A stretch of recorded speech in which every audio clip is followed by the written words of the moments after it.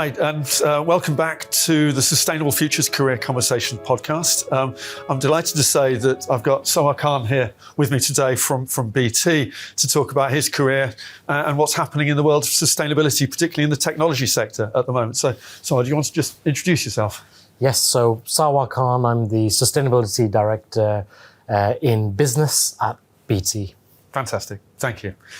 What I want to do first is just cast you back to your sort of early career and the sort of route into to sustainability eventually. But yours was a slightly different journey to that, wasn't it? So just talk about your sort of early part of your career, if you would. Sure. I mean, I've always wanted to work somewhere where I know I'd have an impact, a positive impact. So for me, actually, it was in the very early days, it was potentially a career in being a doctor and going into healthcare. But I very quickly realized, actually, I hate the sight of blood. I don't even like the idea of someone taking a sample from me. So very quickly, that got washed away. And then I decided I wanted to pursue a career in climate and energy, actually very specifically in energy. So I undertook a bachelor's degree in engineering, which is kind of the foundational level really, and I went on to do a master's in renewable energy at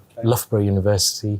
And from there, I started my career off at a global energy company called E.ON.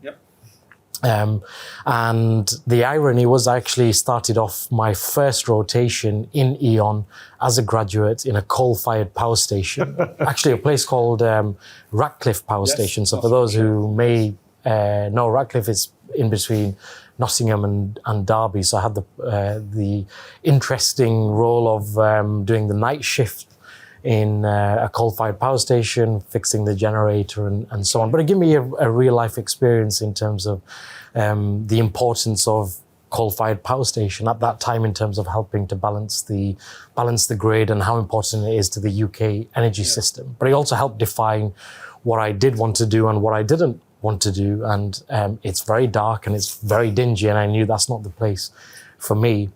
Interestingly, at the time, E.ON were spinning out a new unit which was focused on the new energy world, which was focused on distributed energy and renewable energy. And I took on a role very quickly after that in public affairs and policy, looking at how we could help set up the right enabling environment by working with government to set up incentives or regulations to try and drive renewable energy for the UK. So I did that for a while, which was fascinating, great experience. Lots of communications and the skills that you've sort of brought into other roles, presumably. Absolutely, stakeholder management and helping inform the future policy direction and so on, which was brilliant. And then an opportunity came up to move abroad. So I moved across to the Nordics. I lived in Sweden in a lovely place called Malmö, actually, border between Copenhagen and the south of Sweden, where, again, for E.ON, I worked on onshore and offshore wind projects. The Nordics at the time were the leaders actually in renewable energy generation. So I had the privilege of being out there working with key stakeholders in the Nordic regions to help accelerate the deployment of onshore and offshore wind farm. And then a couple of other roles in between, again at E.ON, looking at distributed energy solutions, so slightly moving away from the really big beasts that are offshore and onshore wind farms and focusing more on the scalable market. So solar PV, batteries, electric vehicle charging, which was a novelty at the time, 2013. Heat pumps, no one had ever heard of heat pumps. So working with our innovation team at E.ON and really closely with big industrial customers to look at how we help them transition away from dependency on the grid and moving more towards distributed energy solutions. And it was probably at that point in my career, having got the experience of these big energy technologies, that it struck me, sustainability was becoming a much bigger thing, but it was becoming a board level topic. And it was becoming a much bigger thing for business. So you had to have a business case behind it. You had to convince your shareholders, etc., that it's the right thing to do. And at the same time, I also came to realize, you know what, it's very difficult to get to a greener world without connectivity and without smarter technology. And that led me down a slightly different path. So the first thing I did was complete an MBA, an executive MBA at Cranfield, just to help get that business side of things. And I also moved across to BT. I was a product strategist for BT, and thinking about the future evolution in terms of the products that we sell at BT and the impact they would have on customers. And for me, actually, 80% of my role was to look at strategy development and thinking about the future products. But 20% of the time I was looking at actually how we leverage sustainability as a way of driving product sales and growth for BT at the time. And very quickly we came to realize that actually sustainability was becoming such a big thing, and it was having such importance in terms of customer requirements and customer demand that it warranted having a full-time role. And since then I've obviously moved into this role in BT, and my role, No, it's just interesting on that. What is the role that you take on there? Yeah, so I guess if I simplify it into two things, broadly, the first one is to look at how do we ensure that we minimize our impact as BT on customers as they buy and use our products, because we are part of a more complex global supply chain. So we do have a carbon impact on our customers. So that's the first thing. How do we reduce that? And the second thing is, how can we help customers leverage technology as a way of helping for them to achieve their own ESG or their own decarbonisation goals? Yes. And when you're talking about that, is it which part of BT's business are we talking about? It's the sort of broad spectrum of operations, or is it a particular part of the world of BT? My focus is more on the business side of things within BT. However, I do have and I do interact on a regular basis with the group. BT Group. Within BT Group, we have a sustainability team and an ESG team, and they're responsible for setting the strategy for BT. And then my role within business is to ensure that we deliver on our plans and our goals against what's been set by BT Group. But I work really closely with the business customers. So just to help define what is meant by business customers. Within BT Business, we have customers who are what we refer to as SOHO, single office, home office, and it could just be one person who runs their business from home, all the way through to small and medium business. And that's usually defined as 1 to 250 employees, and they're obviously the backbone of the UK economy. And then we have UK public sector organizations, and then we've got the global multinational blue chip corporates. So I work with a lot of those customers across the different segments, and I'm constantly working with product managers and digital teams to help reduce the carbon impact of our product set, and also to drive a circular economy so that we reduce our impact on those business customers. Okay. So there's sort of elements of the data, presumably data requirements and the carbon intensive nature of data storage is a big part of that, and sort of products as well. So just talk to me about some of the issues that they're coming to you with. Absolutely. So the sector as a whole is going through an interesting transition. So we've seen generative AI really take off over the last 6 months. Now that has some implications for organizations leveraging digital technology and wanting to deploy Gen AI at scale to realize the benefits. And that impact is from a sustainability perspective, because running generative AI models is much more power intensive, which will mean there's a need for more compute. If you have a higher need for compute, it means more devices. If you have more devices, you need to put them somewhere, so you'll expect an explosion in data centers. And if you have more data centers, then that means an increase in global energy consumption. So it's a really, really interesting time for digital, because we do and a lot of organizations are starting to see the benefits of generative AI, and they can see the long-term benefits of generative AI, but they also want to make sure that they're not going against their own sustainability goals and ambitions. Yes. So one of the things I'm doing within BT is to look at how do we ensure we can provide customers who are going through that journey of deploying generative AI at scale with the low carbon connectivity platform, because it all starts with the network. You've got to get the data into the network, and then you can decide what you do with it after that. Yes. So my sole purpose is to look at how we make sure that that is the most sustainable platform, so organizations have one less thing to worry about. Yep. So one of the cool things I'm working on is Global Fabric. Global Fabric is our new international network at BT. It connects customers to the multi-cloud so that they can innovate at pace and scale.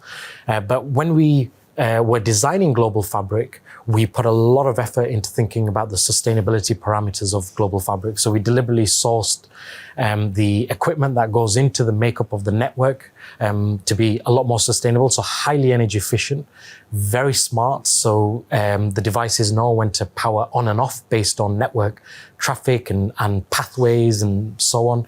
And we also thought about virtualization. So actually, how can we avoid the need to have data centers? How do we avoid the need to have equipment? And how can we move and shift things to the cloud where you get the economies of scale? And Global Fabric comes with a reduction in energy consumption and a lower carbon footprint, approximately 80% compared to our current networks. So that does provide customers with a low carbon platform, a low carbon foundation to then build the generative AI models and their own applications and so on top of that. Fantastic. Sounds fascinating. One of the things I'm always interested working in recruitment is the idea of skills and how skills fit into that and people fit into that sort of agenda. I'm interested in your take on two things, I think. One of which is the skills that you've developed that allow you to do the job you're doing.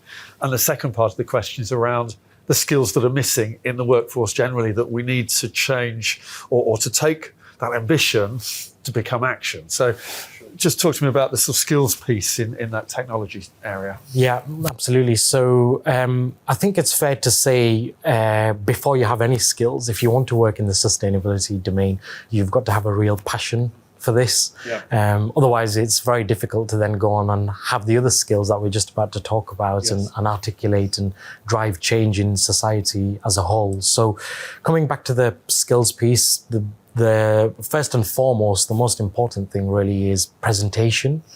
Being able to either present at a huge event to help motivate and inspire others to take action, or it could be a presentation in a more intimate setting with your board to convince them that they should invest in sustainability to drive your organization forward. So that is really, really important. I think the other thing is the skill sets associated with the specific part of sustainability you want to get into.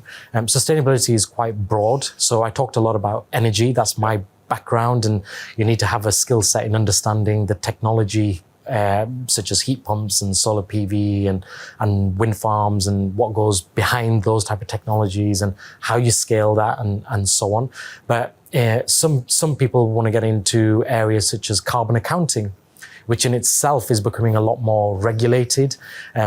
It's fascinatingly also moving into the dimension that's very similar to financial accounting, where you have to be able to understand how you get down through to what we refer to as scope 1 to 3 emissions and reporting on that externally. And usually they're verified by third parties and auditors, and they're leveraged in terms of shareholders and so on, making certain assumptions around your organization. So there's an aspect of being upskilled for the particular domain you want to enter when it comes to sustainability.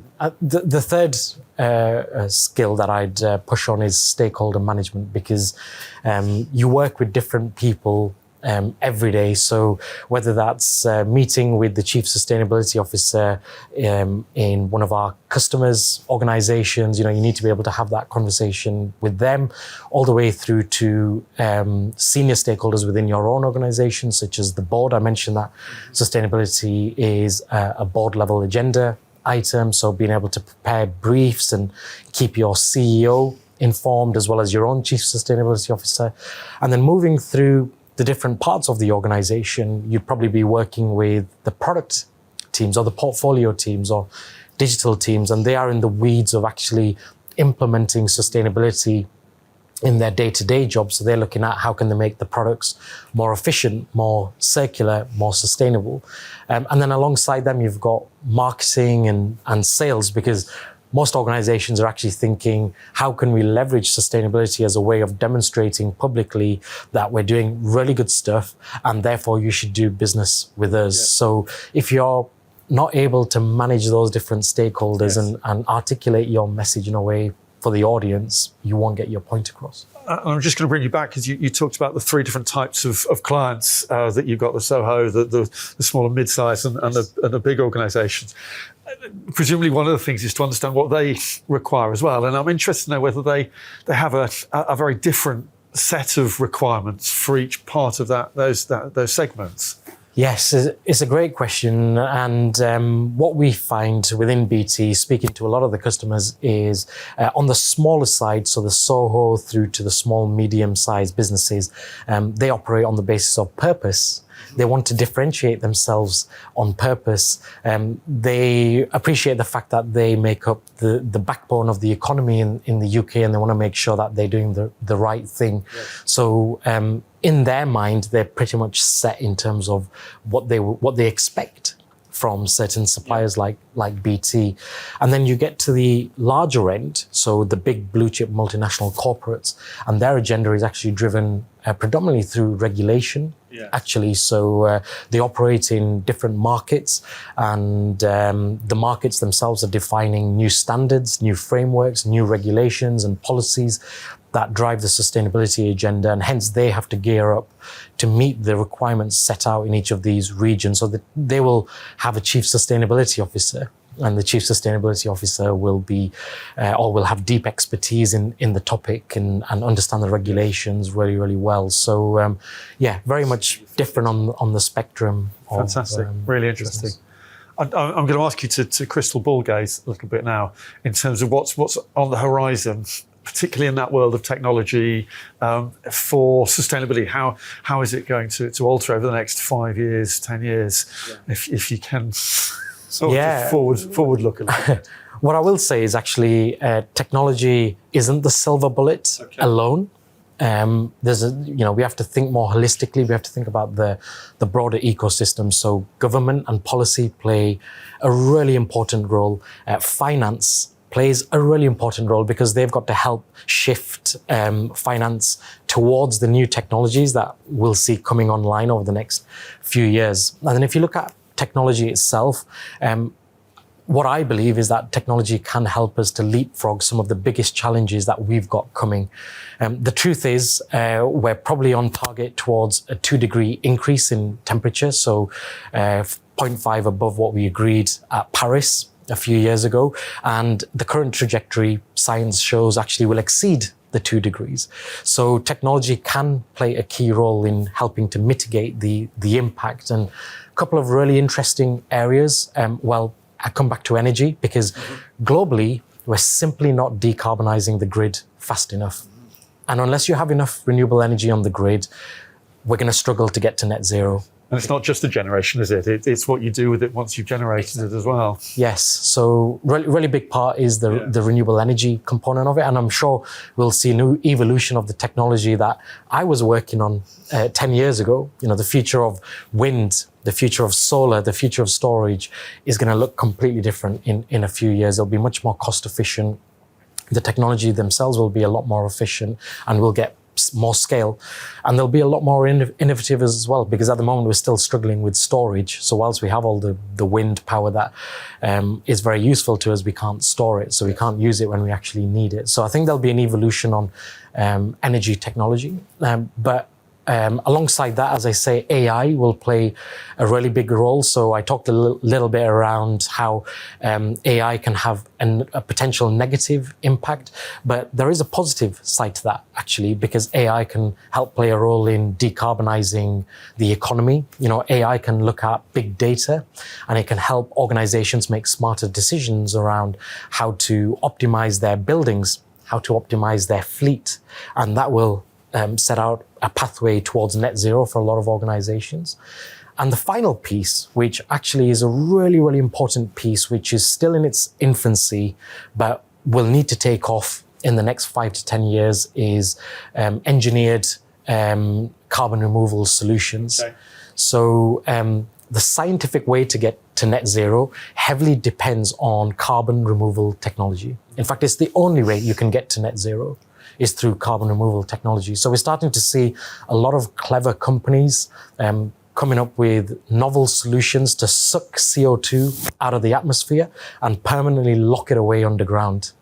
And that is really cool, but it's very much needed. So that's one to really watch. You see that coming relatively soon. It's been talked about for so long and never found a way of really delivering it so far. But you can see that on the horizon. Yes, I think, as I say, it's still in its infancy because there is an educational piece, but there's also a cost implication because these plants are very expensive to build. But there are a couple of cool companies who are really pushing the boundaries here. So, for example, Climeworks, they work with big technology vendors like Microsoft, and they've got a few plants. I think they've got one in Iceland. They're expanding across other regions around the world, and their technology is a direct air capture technology where they do have the ability to suck the CO2 out of the atmosphere and store it and convert it into rock by mixing it with water underground. So we're starting to see it come online, but obviously there are a number of things that need to go in favor of those technologies scaling. But it needs to happen, doesn't it? It needs to happen. So, yeah, fantastic. Wonderful. So we're sort of coming towards a bit of an end of the conversation, which has gone remarkably quickly. But I'm just interested as a final piece to get your thoughts about advice you'd give to somebody coming into sustainability now and the skills they need to develop, or just generally how you would what advice you would give them. Yeah, I mean, the first thing I would say, and I go back to that point about passion, because if you want to enter the industry, you absolutely have to be passionate about it, because you're ultimately driving change. Yes. And people will always look to your passion. But apart from that, I would say think about where you want to focus in sustainability. Sustainability is also being branded as ESG. You may have heard of that particular phrase, and that includes not just the environment, which is the E, but social, which is the S, and governance, which is the G. And depending on which route you want to go down, you'll probably want to think about the right credentials to have to enter that space. So, for example, if you want to enter the domain of carbon accounting, then obviously you want to make sure that you've got the right qualification when it comes to carbon accountancy. If you want to enter the domain of research and climate science, then obviously you want to think about having the right degree and the right qualification for that. So it's really important that you have a view on where you want to go. And it's okay to remain broad, but it's worth thinking about one level of specialization to enter the industry. And then the other thing is just networking.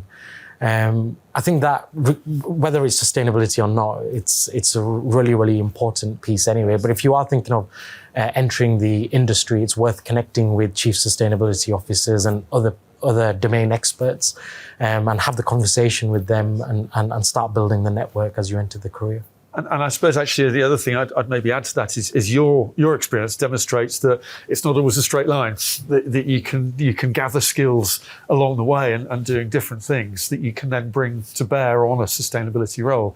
I think your sort of experience is a good example of that. Yes, and the other thing to add to that actually is it doesn't matter the time frame. So you could be late on in your career, but if you're really passionate about the topic and you want to make a change, then you can absolutely enter that as a career. Yes. Fantastic. I think that's a good place to finish. Thank you for that. Thank you, everybody, for watching and listening. Thank you for your time and insight. So it's been fascinating to hear about that side of it. So really appreciate that. No, you're very welcome. And thank you all for watching and listening.